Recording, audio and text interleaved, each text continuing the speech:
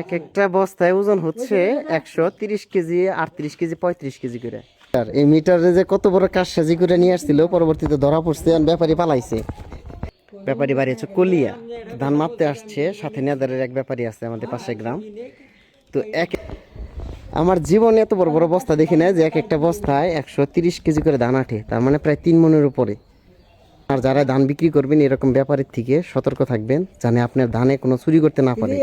ধান ব্যাপারী যারা, ধানের ব্যাপারী বা ধান ব্যবসায়ী যারা করে, তারা বেশিরভাগই চুরি, কিন্তু এরকম যে ডাকাতি করে এটা আমি আমার জীবনে কখনো দেখি নাই।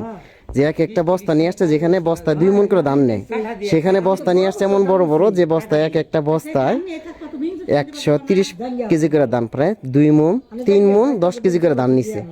এই সিস্টেম বুঝবে না তারা, কোনোদিন ধরতেই পারবে না। যেমন এই যে মিটার নিয়ে আসছে, এই চাচা মিটারের নিচে কি করছে জানেন, নাট লাগাই দিছে।